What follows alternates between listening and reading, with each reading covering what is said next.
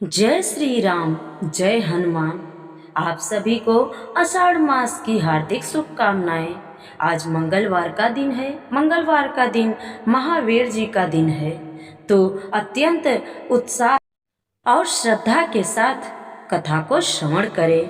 क्या आपने कभी सोचा है कि आखिर मंगलवार का व्रत करने वालों की मनोकामनाएं इतनी जल्दी क्यों पूरी होती है? क्या कारण है कि स्वयं पवन पुत्र हनुमान और मंगल देव इस दिन की गई सच्ची भक्ति से तुरंत प्रसन्न हो जाते हैं? आज की इस कथा में एक ऐसा रहस्य छिपा है जिसे सुनने के बाद आप कभी भी मंगलवार का व्रत पहले की तरह नहीं करेंगे। कहते हैं कि एक साधारण मनुष्य ने केवल श्रद्धा और विश्वास के बल पर ऐसा चमत्कार देखा जिसने उसके जीवन का हर दुख दूर कर दिया। लेकिन उसने ऐसा कौन सा नियम निभाया था जिसे आज अधिकांश लोग भूल चुके हैं? और यदि मंगलवार के व्रत में यह एक छोटी सी गलती हो जाए तो वर्षों की पूजा का फल भी अधूरा रह सकता है। आज की कथा में आपको न केवल उस भक्त की अद्भुत कहानी सुनने को मिलेगी बल्कि मंगलवार व्रत का वास्तविक महत्व भी पता चलेगा। इस कथा के अंत में मैं आपको एक ऐसी विशेष उपाय बताऊंगी जिसे करने से हनुमान जी की कृपा बहुत शीघ्र प्राप्त होती है और जीवन के संकट धीरे धीरे समाप्त होने लगते हैं। इसलिए आपसे हाथ जोड़कर निवेदन है कि इस कथा को बीच में छोड़कर बिल्कुल मत जाइए, क्योंकि हो सकता है कि आपको इसी कथा के माध्यम से कई ऐसा संदेश देना चाहती हो जो आपके जीवन की दिशा बदल जाए। तो आइए सच्चे मन से श्री राम और बजरंगबली का स्मरण करते हुए शुरू करते हैं मंगलवार व्रत की यह अत्यंत और पावन चमत्कारी कथा। प्रेम से बोलिए हनुमान जी महाराज की जय। एक बार नैमिषारण्य तीर्थ में 80,000 मुनि एकत्र होकर पुराणों के ज्ञाता श्री सूत जी से पूछने लगे, हे महामुनि, आपने हमें अनेक पुराणों की कथा सुनाई है। अब कृपा करके हमें ऐसा व्रत और कथा बताएं जिसके करने से संतान की प्राप्ति हो और मनुष्य को रोग शोक अग्नि सर्व दुख का भय दूर हो, क्योंकि कलयुग में सभी जीवों की आयु बहुत कम है। फिर इस पर उन्हें रोग चिंता के कष्ट लगे रहेंगे तो फिर वह श्री हरि के चरणों में अपना ध्यान कैसे लगा सकेंगे? श्री सूत जी बोले, हे मुनियों, आपने लोक कल्याण के लिए बहुत ही उत्तम बात पूछी है। एक बार युधिष्ठिर ने भगवान श्री कृष्ण से लोक कल्याण के लिए यही प्रश्न किया था। भगवान श्री कृष्ण और युधिष्ठिर का संवाद तुम्हारे सामने कहता हूँ। हाँ, ध्यान पूर्वक आप लोग सुनो। एक समय पांडवों की सभा में श्री कृष्ण जी बैठे हुए थे। तब युधिष्ठिर ने भगवान श्री कृष्ण से प्रश्न किया, हे प्रभु नंदन गोविंद, आपने मेरे लिए अनेके कथाएं सुनाई। आज आप कृपा करके ऐसा व्रत या कथा सुनाएं जिसके करने से मनुष्य को रोग चिंता का भय समाप्त हो और उसको पुत्र की प्राप्ति हो। हे प्रभु, बिना पुत्र के जीवन व्यर्थ है। पुत्र के बिना मनुष्य नरकगामी होता है। पुत्र के बिना मनुष्य पितृ ऋण से छुटकारा नहीं पा सकता और न ही उसका पुन्नग नामक नरक से उद्धार हो सकता है। तो आप कृपा करके पुत्रदायक व्रत हमें बताइए। भगवान श्री कृष्ण बोले, हे राजन, मैं एक प्राचीन कहानी सुनाता हूँ, आप उसे ध्यान पूर्वक सुनो। कुंडलपुर नामक एक नगर था। उसमें नंदा नामक एक ब्राह्मण रहता था। भगवान की कृपा से उसके पास सब कुछ था, फिर भी वह बहुत दुखी रहता था। इसका कारण था कि ब्राह्मण की स्त्री सुनंदा को कोई संतान नहीं थी। सुनंदा पतिव्रता थी, भक्ति पूर्वक श्री हनुमान जी की आराधना करती थी। मंगलवार के दिन व्रत करके अंत में भोजन बनाकर हनुमान जी का भोग लगाने के बाद फिर उसके बाद स्वयं भोजन करती थी। एक बार मंगलवार के दिन ब्राह्मणी सुनंदा गृह कार्य की अधिकता के कारण हनुमान जी को भोग नहीं लगा सकी, तो इस पर उसे बहुत दुख हुआ। उसने कुछ भी नहीं खाया और मन में अपने निश्चय किया कि अब तो वो अगले मंगलवार को हनुमान जी को विधिवत पूजा पाठ करके भोग लगाकर ही अन्न जल ग्रहण करेगी। ब्राह्मणी सुनंदा प्रतिदिन भोजन बनाती, श्रद्धा पूर्वक पति को खिलाती, लेकिन स्वयं भोजन नहीं करती और मन ही मन श्री हनुमान जी की पूजा आराधना करती। इसी प्रकार 6 दिन बीत गए और ब्राह्मणी सुनंदा अपने किए हुए निश्चय के अनुसार भूखी प्यासी निराहार रही। अगले मंगलवार को ब्राह्मणी सुनंदा प्रातःकाल धरती पर गिर गई और बेहोश हो गई। ब्राह्मणी सुनंदा की इस असीम भक्ति के प्रभाव से भगवान श्री हनुमान जी बहुत प्रसन्न हुए और प्रकट होकर बोले, सुनंदा, मैं तेरी भक्ति से बहुत प्रसन्न हूँ, तू उठ और वर मांग। सुनंदा अपने आराध्य देव श्री हनुमान जी को देखकर आनंद से विभोर हो गई। श्री हनुमान जी के चरणों में गिरकर बोली, हे प्रभु, मुझे कुछ भी तकलीफ नहीं है, बस मेरी कोई संतान नहीं है। कृपा करके मुझे ऐसा आशीर्वाद दीजिए कि संतान की प्राप्ति हो, आपकी बहुत कृपा होगी। श्री महावीर जी बोले, तेरी इच्छा जरूर पूर्ण होगी। तुझे एक कन्या होगी, उसके अष्टांग प्रतिदिन तुझे सोना दिया करेंगे। इस प्रकार कहकर श्री महावीर जी अंतर ध्यान हो गए। ब्राह्मणी सुनंदा बहुत हर्षित हुई, आनंदित हुई और सभी समाचार अपने पति से कहा। ब्राह्मण नंदा देव कन्या का वरदान सुनकर कुछ तो दुखी हुए, लेकिन सोना मिलने की बात जब सुनी तो बहुत प्रसन्न हुए। मन में विचार किया कि ऐसी कन्या के साथ मेरी गरीबता भी समाप्त हो जाएगी। श्री हनुमान जी की कृपा से वह ब्राह्मणी गर्भवती हुई और 10वें महीने में उसे बहुत ही सुंदर पुत्री प्राप्त हुई। यह बच्ची अपने पिता के घर में इस प्रकार बढ़ने लगी जिस प्रकार शुक्ल पक्ष का चंद्रमा बढ़ता है। 10वें दिन ब्राह्मण ने उस बालिका का नाम संस्कार कराया। उसके कुल पुरोहित ने उस बालिका का नाम रत्नावली रखा, क्योंकि यह कन्या सोना प्रदान किया करती थी। इस कन्या ने पूर्व जन्म में अपने बड़े ही विधि विधान से मंगल देव का व्रत और पूजा पाठ किया करती थी। रत्नावली का अष्टांग बहुत सा सोना देता था। उस सोने से नंदा ब्राह्मण बहुत ही धनवान हो गया और ब्राह्मणी सुनंदा भी बहुत अभिमानी होने लगी। समय बीत रहा था, अब रत्नावली 10 वर्ष की हो गई। एक दिन जब नंदा ब्राह्मण बहुत प्रसन्न चित्त था, तब सुनंदा ने अपने पति से कहा है, मेरी पुत्री रत्नावली विवाह के योग्य हो गई है। आप कोई सुंदर योग्य वर देखकर इसका विवाह कर दे। यह सुनकर ब्राह्मण नंदा बोला, अभी तो रत्नावली बहुत छोटी है। तब ब्राह्मणी बोली, शास्त्रों की आज्ञा है कि कन्या 8वें वर्ष में गौरी, 9 वर्ष में रोहिणी, 10वें वर्ष में कन्या, इसके बाद रजस्वला हो जाती है। गौरी के दान से पाताल लोक की प्राप्ति होती है, रोहिणी के दान से वैकुंठ लोक की प्राप्ति होती है, कन्या के दान से इंद्रलोक में सुखों की प्राप्ति होती है। अगर हे पतिदेव रजस्वला का दान किया जाता है तो घोर नरक की हमें प्राप्ति होती है। इस पर ब्राह्मण नंदा बोला, अभी तो रत्नावली मात्र 10 ही वर्ष की है। मैंने तो ऐसे 16-16 साल की कन्याओं के विवाह कराए हैं, अभी इतनी क्या जल्दी है। तब ब्राह्मणी सुनंदा बोली, आपको सिर्फ लोभ है और कुछ नहीं।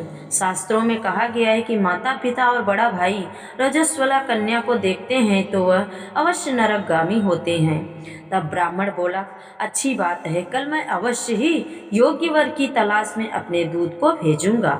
दूसरे दिन ब्राह्मण नंदा ने अपने दूत को बुलाकर आज्ञा दी, जैसी सुंदर मेरी बेटी है वैसे ही सुंदर वर उसके लिए लेकर आओ। दूत अपने स्वामी की आज्ञा पाकर निकल गए। बंबई नगर में उसने एक सुंदर लड़के को देखा। यह बालक एक ब्राह्मण परिवार का बहुत गुणवान पुत्र था, जिसका नाम सोमेश्वर था। दूत ने इस सुंदर और गुणवान ब्राह्मण पुत्र के बारे में अपने स्वामी नंदा को बताए। ब्राह्मण नंदा को भी सोमेश्वर अच्छा लगा और फिर शुभ मुहूर्त में विधि पूर्वक कन्यादान करके ब्राह्मण ब्राह्मणी बहुत संतुष्ट हुए। लेकिन ब्राह्मण के मन में तो लोभ समाया हुआ था। उसने कन्यादान तो कर दिया था, पर बहुत दुखी भी था। उसने मन में विचार किया कि रत्नावली तो अब चली जाएगी और मुझे उससे जो सोना प्रतिदिन मिलता था अब वह नहीं मिलेगा। मेरे पास जो धन था कुछ तो इसके शादी में खर्च हो गए और कुछ जो शेष बचे भी हैं कुछ दिनों के बाद समाप्त हो जाएंगे। मैंने तो इसका विवाह करके बहुत बड़ी गलती कर दी। अब कोई ऐसा उपाय मुझे करना होगा कि जिससे रत्नावली मेरे घर में ही बनी रहे, अपने ससुराल ना जाए। लोभ रूपी राक्षस ब्राह्मण नंदा के मस्तिष्क पर छाया जा रहा था। रात भर अपनी सैया पर बेचैनी से करवटें बदलते बदलते उसने एक बहुत ही दुष्ट और क्रूर निर्णय लिया। उसने विचार किया कि जब रत्नावली को लेकर उसका पति सोमेश्वर अपने घर के लिए जाएगा तो वह मार्ग में छिपकर अपने दामाद सोमेश्वर का वध कर देगा और अपनी लड़की को अपने घर ले जाएगा, जिससे उसको प्रतिदिन सोना भी मिलता रहेगा और समाज का कोई मनुष्य उसे दोष भी नहीं लगा सकता। प्रातः काल हुआ। नंदा और सुनंदा अपने जमाई सोमेश्वर और लड़की को बहुत सारा धन देकर विदा किया। सोमेश्वर अपनी पत्नी रत्नावली को लेकर ससुराल से अपने घर की तरफ चल दिया। ब्राह्मण नंदा महालोभ के वशीभूत में डूबकर अपनी मति खो चुका था। पाप पुण्य को उसे बिल्कुल विचार न आया। अपने भयानक और क्रूर निर्णय को कार्य रूप देने के लिए उसने अपने दूत को पहले से ही मार्ग में छिपा रखा था, अपने जमाई का वध करने के लिए, ताकि रत्नावली से प्राप्त होने वाला सोना उसे प्रतिदिन मिलता रहे और वो कभी भी गरीब और निर्धन ब्राह्मण ना हो। दूत ने अपने स्वामी की आज्ञा का पालन करते हुए उसके जमाई सोमेश्वर का मार्ग में हत्या कर दिया। समाचार सुनते ही ब्राह्मण नंदा मार्ग में पहुंचा और जोर जोर से रोने लगा और अपनी पुत्री रत्नावली से बोला, हे पुत्री, मार्ग में लुटेरों ने तेरे पति का हत्या कर दिया। भगवान की इच्छा के आगे बेटी किसी का कोई वश नहीं चलता। अब तुम घर चल, वहाँ रहकर ही अपना जीवन व्यतीत करना। जो तुम्हारे भाग्य में लिखा था वो होकर ही रहेगा। अपने पति की अकाल मृत्यु से रत्नावली बहुत दुखी हुई और रोने लगी। रोते हुए अपने पिता से बोली, हे पिताजी, इस संसार में जिस स्त्री का पति नहीं है उसका जीना व्यर्थ है। मैं अपने पति के साथ ही अपने शरीर को जला दूंगी और सती होकर अपने इस जन्म को, माता पिता के नाम को और सास ससुर के यश को सार्थक अवश्य करूंगी। ब्राह्मण नंदा अपनी पुत्री रत्नावली के वचन को सुनकर बहुत दुखी हुआ। मन में विचार करने लगा, मैंने व्यर्थ में ही अपने दामाद का वध करा दिया और अपने सिर पर पाप ले लिया। रत्नावली तो उसके पीछे अपने प्राण भी देने के लिए तैयार है, तो मेरा दोनों तरफ से मरना ही हो गया। ना तो अब धन मिलेगा और जमाई वध के पाप के फलस्वरूप यम यातना भी भुगतनी पड़ेगी। यह सोचकर वह बहुत दुखी हुआ। सोमेश्वर की चिता बनाई गई। रत्नावली सती होने की इच्छा से अपने पति का सिर अपनी गोद में रखकर चिंता में बैठ गई। जैसे ही सोमेश्वर की चिता को अग्नि लगाई गई, वैसे ही प्रसन्न होकर मंगलदेव वहां प्रकट हुए और बोले, हे रत्नावली, मैं तेरी पति भक्ति से बहुत प्रसन्न हूँ। तुझे जो मांगना है तू वर मांग। रत्नावली ने अपने पति का जीवन दान मांगा। तब मंगलदेव बोले, रत्नावली, तेरा पति अजर अमर है, यह महाविद्वान भी होगा और इसके अतिरिक्त तेरी जो भी मन में इच्छा हो तो वर मांग ले। तब रत्नावली बोली, हे ग्रहों के स्वामी, अगर आप मुझ पर प्रसन्न हो तो मुझे यह वरदान दीजिए कि जो भी मनुष्य मंगलवार के दिन प्रातः काल लाल पुष्प, लाल चंदन से पूजा करके आपका स्मरण करे, उसको रोग व्याधि न हो और स्वजनों का कभी वियोग न हो, सर्प अग्नि शत्रुओं का भय न रहे। जो स्त्री मंगलवार का व्रत करे वह कभी विधवा न हो। मंगलदेव यह सब सुनकर तथास्तु कहकर अंतर्ध्यान हो गए। सोमेश्वर मंगलदेव की कृपा से जीवित हो गया। रत्नावली अपने पति को फिर से प्राप्त कर बहुत प्रसन्न हुई और मंगलदेव का व्रत प्रत्येक मंगलवार को करके व्रतराज और मंगलदेव की कृपा से इस लोक में सुख ऐश्वर्य को भोगते हुए अंत में अपने पति के साथ स्वर्गलोक को चली गई। आइए अब सुनते हैं आषाढ़ मास के मंगलवार व्रत की दूसरी और पवित्र कथा। प्रेम से बोलिए हनुमान जी की जय, मंगल देव की जय। नैमिषारण्य में एक समय सभी ऋषि मुनि एकत्र होकर श्री सूत जी महाराज से बोले, हे महाभाग, आपने हमें अनेक व्रतों और महिमा का महात्म सुनाया है। अब कृपा करके आषाढ़ मास में आने वाले मंगलवार व्रत का ऐसा पावन महात्म सुनाइए जिसे सुनने मात्र से मनुष्य के जीवन के संकट दूर हो जाए और उसे श्री हनुमान जी की और मंगल देव की कृपा प्राप्त हो। सूत जी ने कहा, हे मुनियों, यह कथा अत्यंत दुर्लभ और कल्याणकारी है। इसे स्वयं महादेव ने माता पार्वती को सुनाया था और कहा था कि जो मनुष्य आषाढ़ मास के मंगलवार का व्रत श्रद्धा और विश्वास से करता है, उसके जीवन से भय, दरिद्रता, रोग, शत्रु और ग्रह बाधाएं धीरे धीरे समाप्त होने लगती है। बहुत समय पहले गंगा के तट पर स्थित एक सुंदर गांव था जिसमें धर्मदास नाम का एक ब्राह्मण रहता था। उसकी पत्नी का नाम सुमित्रा था। दोनों अत्यंत धर्मात्मा थे। प्रतिदिन भगवान का स्मरण करते, अतिथियों की सेवा करते और अपनी सामर्थ्य के अनुसार दान भी किया करते थे। फिर भी उनके जीवन में एक के बाद एक विपत्तियां आती रहीं। कभी अन्न की कमी हो जाती तो कभी पशु बीमार पड़ जाते, कभी खेत में फसल नष्ट हो जाती और कभी घर में रोग का प्रकोप फैल जाता। धीरे धीरे उसकी सारी जमा पूंजी समाप्त हो गई। गांव के लोग उनका सम्मान तो करते थे पर कोई उनकी सहायता नहीं कर पाते रहे। एक दिन दुखी होकर धर्मदास गांव के बाहर पीपल के वृक्ष के नीचे बैठ गया और भगवान से प्रार्थना करने लगा, हे प्रभु, अगर मुझसे कोई भूल हुई है तो मुझे क्षमा कर दीजिए। मुझे ऐसा मार्ग दिखाइए जिससे मेरा जीवन सफल हो जाए। उसी समय वहां एक तेजस्वी साधु वृद्ध आए। उनके मुख पर अद्भुत तेज था। उन्होंने धर्मदास की ओर देखा और मुस्कुराए बोले, पुत्र, चिंता मत करो, तुम्हारे दुखों का अंत निकट है, लेकिन इसके लिए तुम्हें आषाढ़ मास के प्रत्येक मंगलवार को श्रद्धापूर्वक व्रत करना होगा। प्रातः स्नान करके श्री राम नाम का जाप करना होगा। हनुमान जी को सिंदूर और चमेली का तेल अर्पित करना होगा। मंगल देव का स्मरण करना और दिन भर सत्य संयम का पालन करना। शाम के समय कथा सुनना और यथाशक्ति भूखे व्यक्ति को भोजन कराना। धर्मदास ने विनम्र होकर कहा, गुरुदेव, मैं अत्यंत निर्धन हूँ, मेरे पास अर्पण करने योग्य कुछ भी नहीं है। साधु ने मुस्कुराकर कहा, भगवान को धन नहीं, श्रद्धा चाहिए। अगर तुम्हारे पास केवल एक दीपक जलाने का साधन है तो यही पर्याप्त है। केवल एक रोटी है तो उसका भी भाग किसी भूखे को दे दो, भगवान तुम्हारे भाव को स्वीकार करेंगे। इतना कहकर वह साधु वहां से चले गए। पर धर्मदास के मन में एक नई आशा जाग उठी। उसने घर लौटकर सारी बात अपनी पत्नी सुमित्रा को बताई। सुमित्रा ने बिना एक क्षण गंवाए ये कहा, हे भगवान का यह संकेत है तो हमें अवश्य व्रत करना चाहिए, चाहे हमें स्वयं भूखा ही क्यों न रहना पड़े। आषाढ़ मास का पहला मंगलवार आया। दोनों प्रातःकाल नदी में स्नान करके घर लौटे। उन्होंने मिट्टी से वेदी बनाए और उस पर श्री राम और हनुमान जी का स्मरण किया, दीपक जलाया और अत्यंत श्रद्धा से पूजा की। पूरे दिन उन्होंने प्रभु का नाम जपा और संध्या के समय एक वृद्ध भिक्षुक को अपने घर का आधा भोजन प्रेम से खिलाया।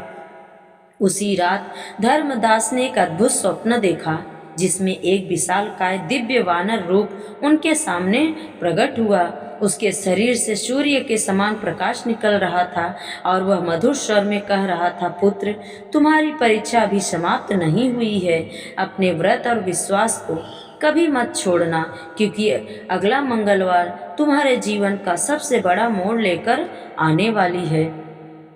धर्मदास प्रातःकाल जागा तो उसका हृदय अद्भुत आनंद से भर गया।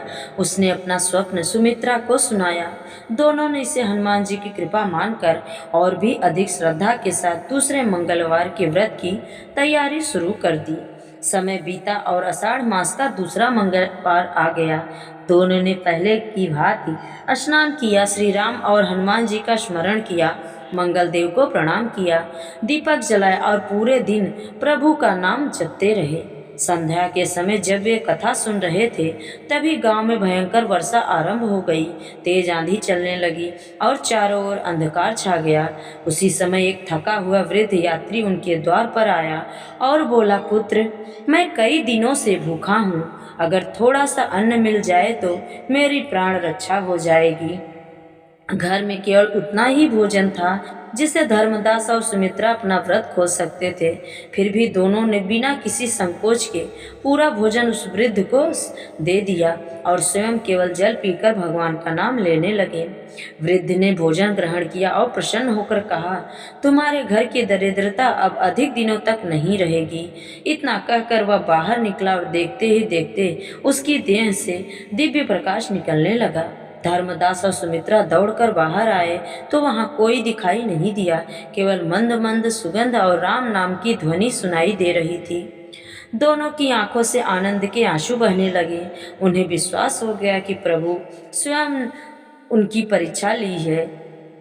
कुछ ही दिनों बाद गांव का एक धनवान व्यापारी वहां आया। उसने धर्मदास की विद्वता और सत्यनिष्ठा के विषय में सुन रहा था। उसने अपने मंदिर की सेवा और धार्मिक कार्यों का दायित्व धर्मदास को सौंप दिया। इसके बदले उसे उचित धन और सम्मान मिलने लगा। धीरे धीरे उसके घर की गरीबी दूर होने लगी। खेतों में भरपूर फसल हुई, गायों का दूध बढ़ गया, घर में सुख शांति का वातावरण हो गया। धन आने पर भी धर्मदास के मन में तनिक भी अभिमान नहीं आया। वह प्रत्येक मंगलवार को पहले जैसा व्रत करता और भूखों को भोजन कराता। एक दिन गांव के लोगों ने उससे पूछा, तुम्हारे जीवन में इतना बड़ा परिवर्तन कैसे आया? धर्मदास ने कहा, यह सब आषाढ़ के मंगलवार व्रत का प्रभाव है और इससे भी बढ़कर श्री राम और हनुमान जी पर अटूट विश्वास का फल है। जिसने श्रद्धा नहीं छोड़ी, भगवान ने उसका हाथ कभी नहीं छोड़ा। उस दिन से पूरे गांव में मंगलवार व्रत का प्रचार होने लगा।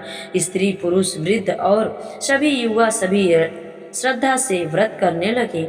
गांव में आपसी प्रेम बढ़ा, कलह समाप्त होने लगी और लोगों के जीवन में सुख समृद्धि आने लगी। कुछ वर्षों बाद वही तेजस्वी साधु फिर गांव में आए। धर्मदास ने उनके चरणों में प्रणाम किया और कहा, गुरुदेव, आपकी कृपा से मेरा जीवन धन्य हो गया। साधु मुस्कुराए और बोले, पुत्र, यह मेरी नहीं, तुम्हारी श्रद्धा की विजय है। याद रखो, जो मनुष्य आषाढ़ मास के मंगलवार को सत्य, दया, सेवा और भगवान के नाम का आश्रय लेता है, उसके जीवन के बड़े से बड़े संकट भी दूर होने लगते हैं और हनुमान जी स्वयं उनकी रक्षा करते हैं। इतना कहकर साधु ने अपना वास्तविक दिव्य स्वरूप प्रकट किया। धर्मदास और सुमित्रा ने देखा कि उनके सामने स्वयं पवन पुत्र हनुमान जी विराजमान हैं। उनके नेत्रों से प्रेम के आंसू बहने लगे। दोनों भूमि पर दंडवत होकर लेट गए। हनुमान जी ने उन्हें आशीर्वाद देते हुए कहा, जो श्रद्धा से आषाढ़ मास के मंगलवार का व्रत करेगा, इस कथा को सुनेगा या किसी और को सुनाएगा, श्री राम का स्मरण करेगा और अपनी सामर्थ्य के अनुसार किसी जरूरतमंद की, गरीब की सहायता करेगा, उसके घर में सुख शांति और मंगल का वास होगा। उसके भय दूर होंगे, उसके कार्य सिद्ध होंगे और अंत समय में उसे प्रभु श्री राम के चरणों की भक्ति प्राप्त होगी। ऐसा वरदान देकर श्री हनुमान जी अंतर्ध्यान हो गए और धर्मदास, सुमित्रा जीवन भर भगवान की भक्ति करते हुए अनेक लोगों को मंगलवार व्रत का महत्व बताते रहे। जो भी श्रद्धा और विश्वास के साथ इस पावन कथा का श्रवण करता है, उस पर श्री राम, हनुमान और मंगल देव की कृपा बनी रहती है। उसके जीवन के संकट दूर होते हैं और उसके घर में सदैव सुख, समृद्धि और मंगल का निवास होता है। प्रेम से बोलिए बजरंग बली की जय, मंगल देव की जय। जय श्री राम। अगर आपको श्रद्धा और विश्वास के साथ मंगलवार व्रत की यह पावन कथा अंत तक सुनी है तो भगवान हनुमान और मंगल देव आपकी सभी शुभ मनोकामनाएं पूर्ण करें। अब कमेंट में अवश्य लिखें जय श्री राम और जय बजरंग बली, ताकि यह पावन नाम अधिक से अधिक लोगों तक पहुँचे और हम सब मिलकर प्रभु का स्मरण कर सके। अगर आप सच्चे मन से हनुमान जी में विश्वास रखते हैं तो इस वीडियो को एक लाइक अवश्य करें, क्योंकि आपका एक छोटा सा सहयोग हमें ऐसी ही पवित्र कथाएं आपके लिए लगातार लाने की प्रेरणा देते हैं। अगर आपके परिवार में कोई व्यक्ति दुखी, परेशानी, रोग, कर्ज, किसी भी प्रकार की बाधा से गुजर रहा है तो यह कथा उनके साथ भी अवश्य शेयर करें, ताकि क्योंकि हो सकता है भगवान की कृपा इसी माध्यम से उनके जीवन में सुख और शांति लेकर आए। आप अगर पहली बार हमारे चैनल पर आए हैं तो चैनल को सब्सक्राइब करके घंटी का बटन भी दबा दें, ताकि आने वाली हर व्रत कथा, पुराण कथा और भक्ति वीडियो सबसे पहले आपको मिलता रहे। एक बार फिर सभी भक्त मिलकर पूरे विश्वास के साथ बोलिए, जय श्री राम, जय बजरंगबली, मंगल देव महाराज की जय। जय श्री राम।